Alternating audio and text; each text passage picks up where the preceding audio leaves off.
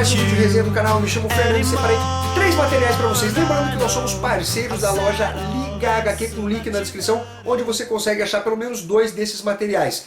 Começando com Patrulha do Destino, volume 1, Rastejando dos Escombros, publicação lançamento da editora Panini Comics, compila as edições de 19 a 25 de Doom Patrol, escrito por Grant Morrison e desenhos do Richard Case. Essa edição custa R$ 22,90, 196 páginas, desaconselhável para menores de 18 anos. Galera, vamos contextualizar um pouquinho o que seria a Patrulha do Destino. Ela foi criada na década de 1960, teve diversas formações, ou seja, lá no pré-crise ainda ela foi criada.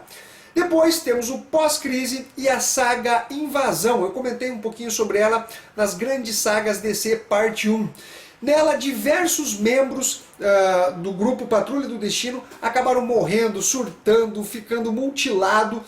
Então, Grant Morrison assume as rédeas da publicação e coloca personagens muito estranhos para compor esse grupo. Na verdade, o Grant Morrison vai usar um pouco do que a gente já conhece, metalinguagem, muita estranheza, um pouco de alucinógeno, histórias um tanto abstratas, mas completamente entendíveis. Não pense que será algo como Crise Final, que você vai precisar ter lido 200 histórias antes e buscar referências fora da publicação. Nós temos aqui um trabalho sólido, consolidado do Grant Morrison, considerado um grande clássico do escocês. Vamos falar um pouquinho aqui do papel, o papel dessa publicação. Porque olha só, isso gerou uma boa polêmica. Primeiramente, nós temos um material com capa cartonada, com essa belíssima capa do Brian Bolland, que é o mesmo artista de Piada Mortal. O papel é o papel Pisa Bright, ou seja, papel jornal. A Panini justificou que é uma questão de absorver cores para ficar como foi lançado originariamente. Só que isso não cola. Por que que não cola?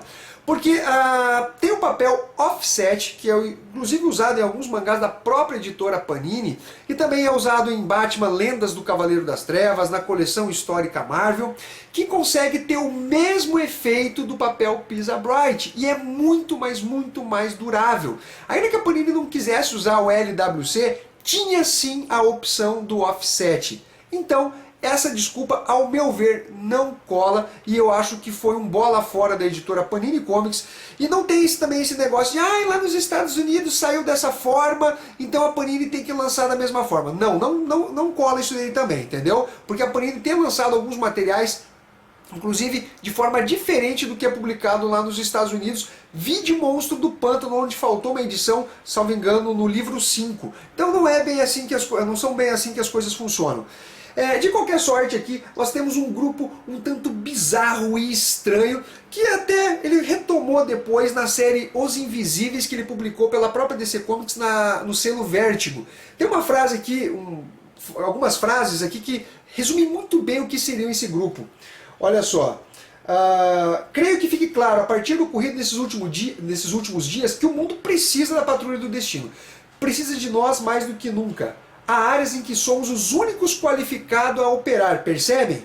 Quando o mundo racional entra em colapso, temos como lidar porque nós já estivemos lá. Conhecemos a insanidade, o delírio e perdemos o medo. Então, galera, a gente vai ter heróis claramente disfuncionais pertencentes a esse grupo da Patrulha do Destino e lidando com questões também um tanto disfuncionais, sabe?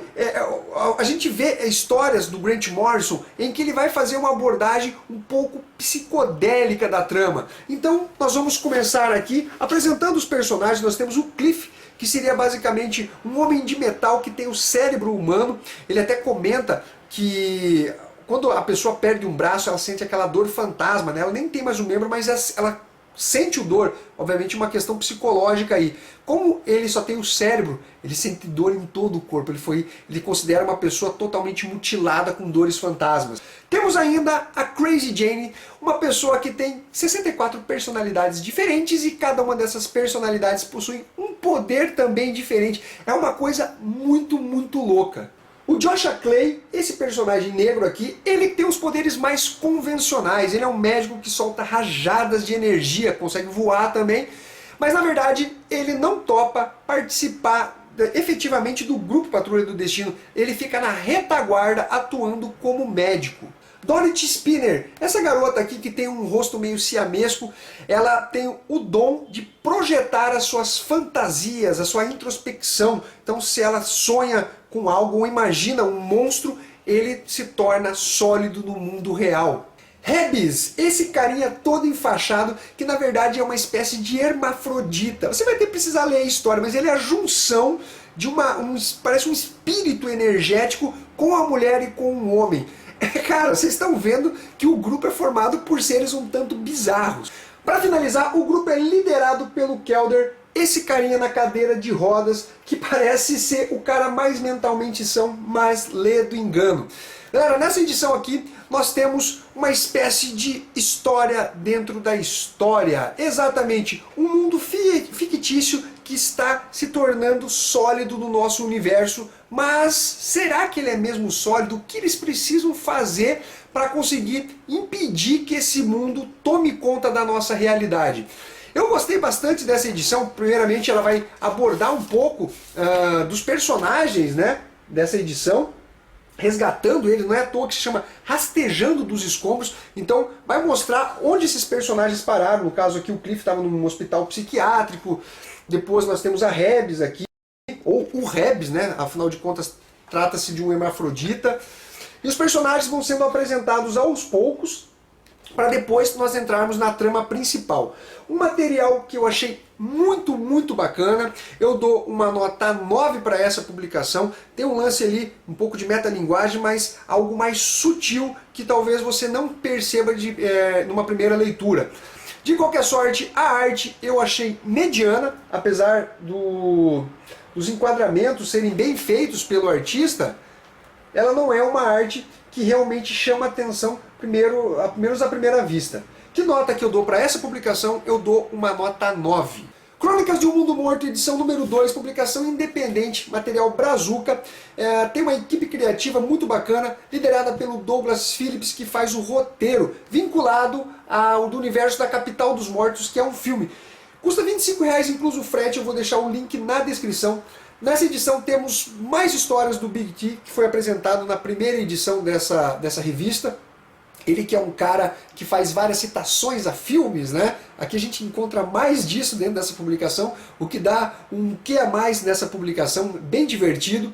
E também temos uma espécie de novo líder religioso nesse universo caótico da Capital dos Mortos. Que é aquela coisa, né? Quando o mundo está indo para o ralo, tudo está pior.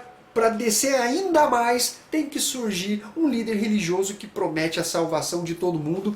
É uma edição muito legal de se ler. A galera tá de parabéns. Só para constar, não é papel jornal, tá? Para você ver como a galera tá fazendo um trabalho bacana em termos de qualidade editorial. Aqui um pouquinho mais. Depois nós temos uma história aqui de um Ronin, que talvez esteja vinculada a essa série Capital dos Mortos, o Ronin. Isso quer dizer que é um material que se passa bem antigamente. E temos aqui o Yeshua, olha só. Ele, o líder religioso. E aqui tem a galera que comprou essa edição. Tem fotos de alguns youtubers apresentando esse material aqui. Que nota que eu dou para essa publicação? Eu já falei que deu uma melhorada na arte, inclusive essa capa ela é bem bacana. Mas ainda assim, a galera precisa se aperfeiçoar um pouco nos dons artísticos. O roteiro eu acho bem interessante e continua em bom nível. Eu dou uma nota 7,5 para essa publicação aqui. Para finalizar, X-Men Massacre Volume 4, publicação, lançamento da editora Panini Comics. Esse volume encerra essa grande saga que ocorreu nos anos 90. Foi uma saga muito marcante, principalmente pelas repercussões que teve dentro do universo Marvel.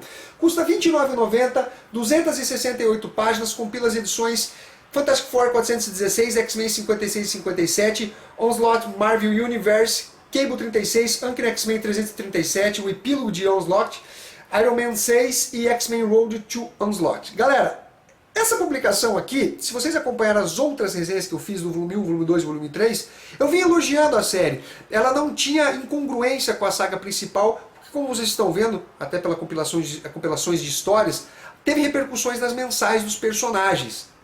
Mas a forma que ocorreu esse desfecho me pareceu um tanto artificial e ao mesmo tempo superficial. Frases clichês, nossa, nós precisamos nos unir para derrotar esse vilão.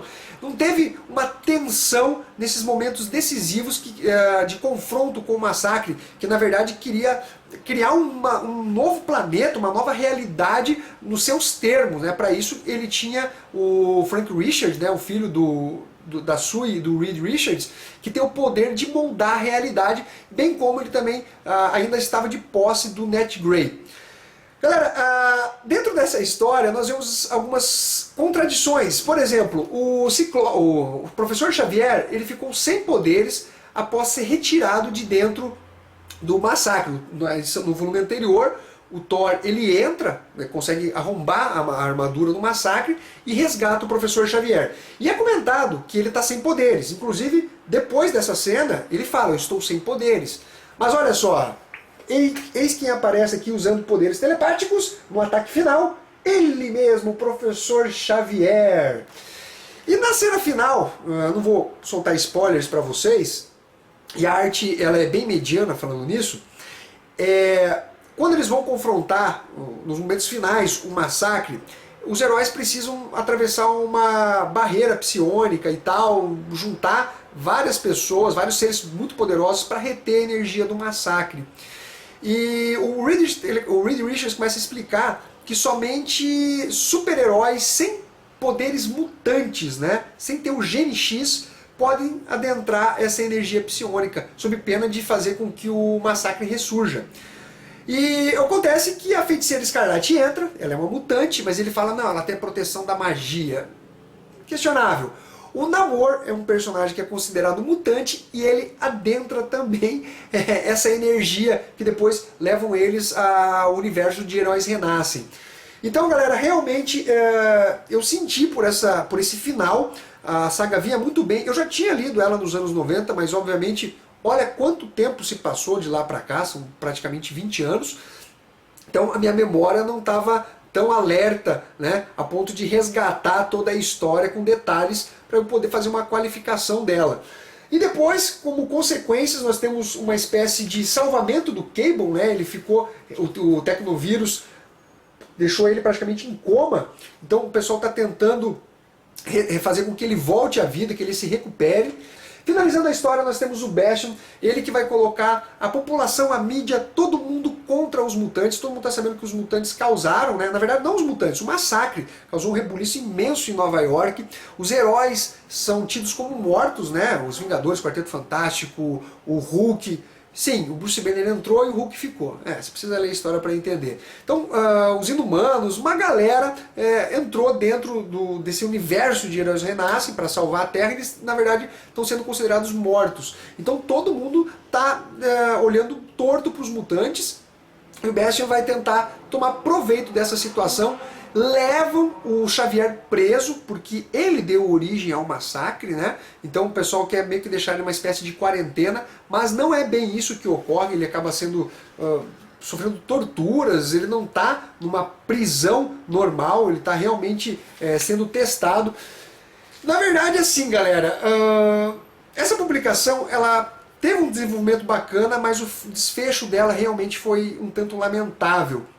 As repercussões dela, que levou a Heróis Renascem, um universo separado, olha, realmente foi uma fase que não é bacana lembrar. Quem acompanhou contemporaneamente Heróis Renascem sabe o quão sofrível eram as histórias. Era Jim Lee, Rob Liefeld, Wise Portácio, acho que esse é o nome do cara.